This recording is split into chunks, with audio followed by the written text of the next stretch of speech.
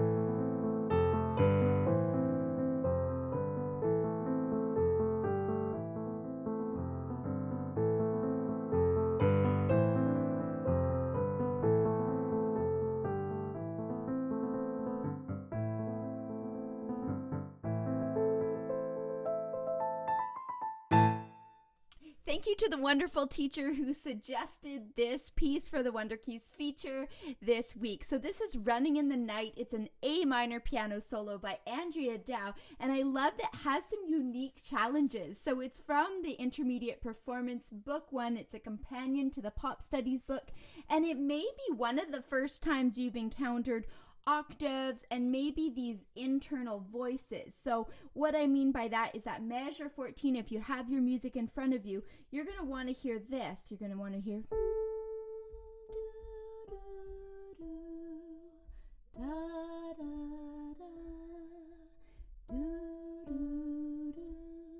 but you have this exciting little figure underneath it that's going da da da dum ba ba ba da da dum ba. So you've got this suspenseful inner voice. So one of the things I love to make sure is that students are set up really comfortably at the piano, and that you don't feel crowded by this hand, because if you start getting your wrist move sideways in awkward ways, you'll start feeling the tension, because this one moves fast. And it's really exciting to play, so you might even go faster than is comfortable. So when you're learning this one, you can take a look at the melody first. So again, I'm just highlighting one small section of practice that I think will help you this week, or as a teacher, that you can kind of ponder this for yourself and think, how does my wrist and how does my body feel great learning this section? So then the next thing we're going to do is, when you're voicing that inner section, that little da-da-da-dum, you're going to be playing with that nice gentle side tip of your thumb that I talk about in some of my other videos. So you're having it like this.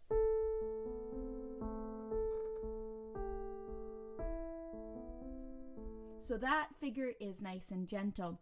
Now, the other thing that you'll notice, you might have seen a little bit of sideways motion. So I go.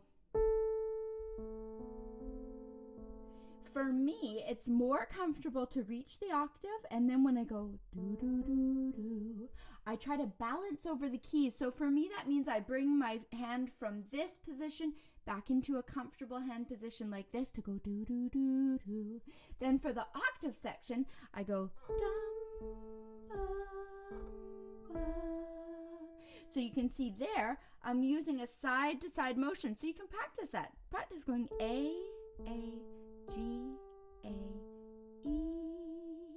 And that side to side motion, again, just keeps your wrist mobile. It helps you not play it with a frozen hand position, which is tempting to do when you're wanting to play something quick and you just want it to work for you. So those subtle motions in your playing will help keep your hand and wrist really, really healthy, and you'll start to hear the melody singing above this really suspenseful A minor figure, the do do do do da da da da. So I hope that's helpful as you learn this piece. It has lots of fun to do with that. The slow work that you do in this piece will pay off, and I have confession that I really worked on this yesterday to be able to record.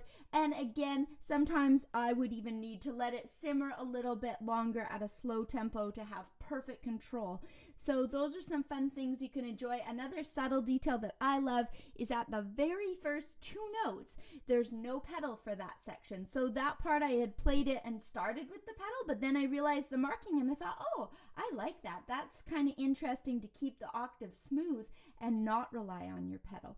So later in this piece, you will be relying on your pedal to have that smooth connected sound. And for me as a teacher, I would prioritize the movement of the wrist over having them connected with your fingers. So there are times where you can connect that melody with the slur using just your fingers, but I would prefer to prioritize the motion of the wrist in this and use your pedal as a really great support. So I hope you have lots of fun. If you're teaching this, I'd love to hear it in the comments, what you love to do with it and how you love to teach this.